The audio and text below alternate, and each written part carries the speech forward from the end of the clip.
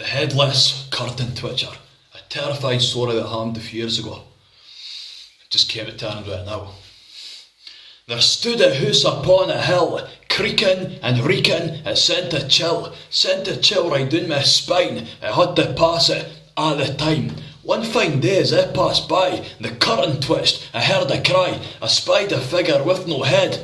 I felt the shit run down my leg. I ran like fuck across the road, desperate to shed my shitty load. I tripped and fell, smashed my bus. 2 seconds later, was hit by a bus. What a fucking day, let's start again. Back to the point where I begun. There stood a house upon a hill, creaking and reeking, it sent a chill. Fuck this shit, I'm no fucking daft. I crossed the road and took another path.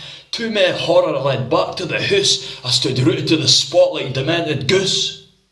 Fuck this shit, I'm going inside. To face my fears, I'm not going to hide. Opened the door, swaggered in, seen a floating head, cracked on the chin.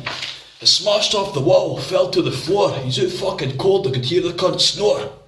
I crept upstairs in search of the body. To my shock and surprise, he was tanning the body. I said, mate, what you doing? Your head's downstairs. I just cracked him on the chin cause he was keen as a stare. He said, what? Is he at it again? That's the reason I chopped him off, cause he's always been a pain.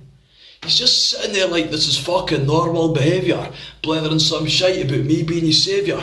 I took him by the hand, led him downstairs, picked up his head, sorted out his hair, found a tube of glue, stuck it back on, but the lights are out, his eyes are fucking gone.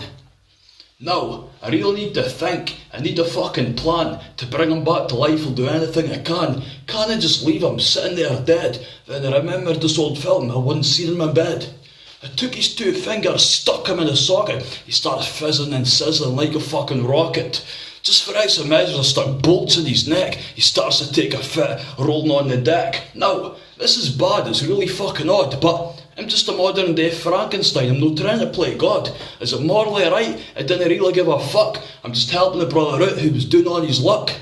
He jumps back up, says he's feeling brand new, but he's smashed off the body and he's tripping off the glue. I embraced him in a hug, said my goodbyes, he's slavered and twitching, rolling his eyes.